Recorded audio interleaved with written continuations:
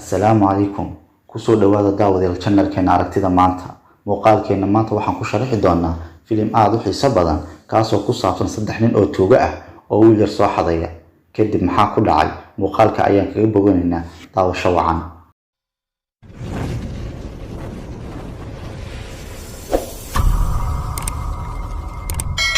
Qisada filimkan ayaa ku socota koox tuugo ah oo ka kooban saddex nin ayaa waxay soo afduubanayaan wiil yar oo ay dhaleen qoys taajiriin ah si lacag madax furashaha loo siiyo, waxayna ka marayaan dhibaato fara badan. Cunugga yar oo ah mid aad u maskax badan ayaa wuxuu xasuusan karaa sheekooyinka ku qoran buugaagta carruurta loo akhriyo iyo sawirada ku sawiranba. Tuugada ayaa cunugga yar waxay ku haynayaan guri ay degan yihiin. Kadib cunuggii yaraa ayay hurda qabanaysaa, waxayna seexinayaan qol iyagoo saddexdii tuug mid ka mid ah u xilsaaraya in uu ilaaliyo, balse ninkii ilaalinaya wiilka yar ayaa isna seexanaya. Wiilkii yaraa ayaa gurguuranaya, wuxuuna fuulayaa saqafka kore ee guriga. Labadii tuug oo guriga daaradiisa fadhiya ayuu kor ka soo eegayaa, wuxuuna kusoo tufayaa candhuuf. Labadii tuug ayaa isku qabsanaya in midkood uu candhuufay midka kale, balse waxay maqlayaan dhawaqa wiilkan yar, waxayna u soo cararayaan dhanka qolka, waxayna arkayaan ninkii ilaalinayay oo iska hurdaya.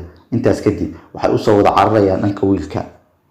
Wiilkii yaraa oo gurguuranaya ayaa wuxuu u tallaabayaa dabaqa kale, wuxuuna ku kor soconayaa alwaax. Alwaaxii uu ku socday ayaa wuxuu dusha uga soo dhacaya mid ka mid ah tuugada, wuuna wareerayaa.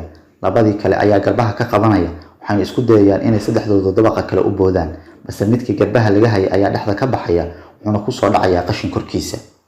Wiilkii yaraa oo sidii u gurguuranaya ayaa wuxuu fuulayaa wiishka dabaqa, kaas oo ka soo baxay nin shaqaale ah, sidaas ayuuna dhulka ugu soo degayaa. Kadib wuxuu arkayaa bas, wuxuuna soo xasuusanayaa bas ku sawirnaa buugta carruurta loo akhriyo. Tuugadii ayaa soo raadinaya saaxiibkoodii dabaqa ka soo dhacay, waxayna ka soo dhex saarayaan qashinka dhexdiisa. Kadibna wiilkii yaraa ayaa ag maraya iyaga, wuxuuna fuulayaa bas. Tuugadii ayaa arkaya wiilkii yaraa oo bas sii saaran, waxayna ka daba qaadanayaan baabuurkooda.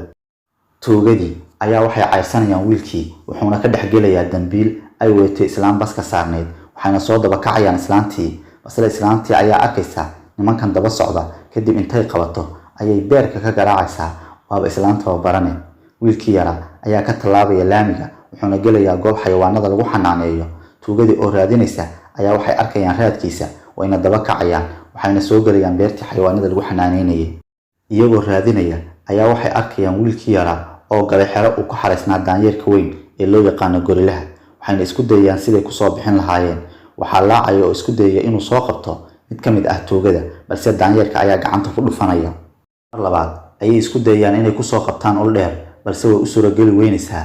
Markan daanyeerka ayaa hurda qabanaysaa, waxayna isku dayayaan inay ka faa'iidaystaan oo si tartiib ah u soo jiidaan wiilka, balse daanyeerkii ayaa ninka qabanaya oo ku qaylinaya. Daawade, fadlan subscribe noo saar channelka si aad ula socotid muuqaalada xiisaha badan ee aan halkan ku soo gudbino. Like-ta iyo share-tana ha naga ilaawin. Mahadsanid.